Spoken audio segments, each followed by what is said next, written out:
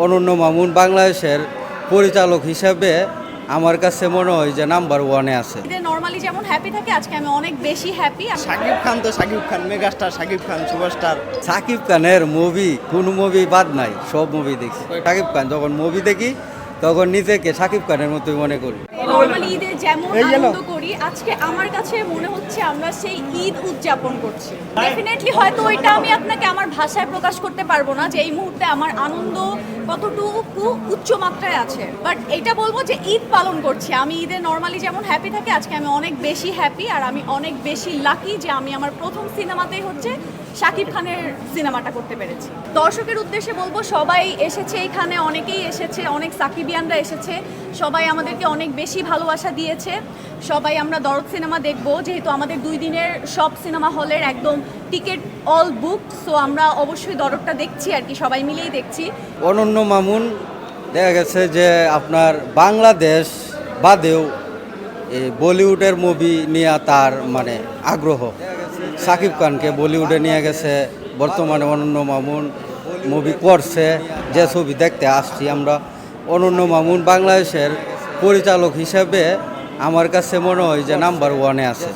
আর সেই অনন্য মামুনকে আমরা যখন সামনাসামনি পাইছি তখন তো একটু তার সাথে সেলফি তোলার আগ্রহ হবেই। শাকিব খানের মুভি কোনো মুভি বাদ নাই, সব মুভি দেখি।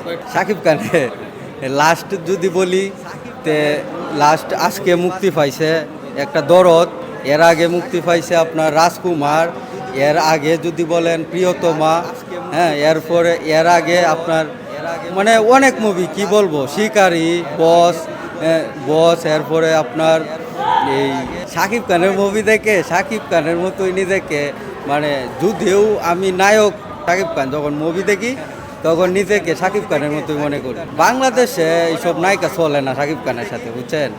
ভারতে বর্তমানে শাকিব খান গেছে 18টা ছবির ঘোষণা দিছে। আশা করি ভারতের কোনো নায়িকায় বাদ থাকবে না শাকিব খানের সাথে। সর্বশেষ আমার জুটি হিসেবে ভালো লাগছে ইদিকা পাল। শাকিব খানের শত্রুপক্ষ গুজব ছড়াইছে যে ছবি মুক্তি পাবে না।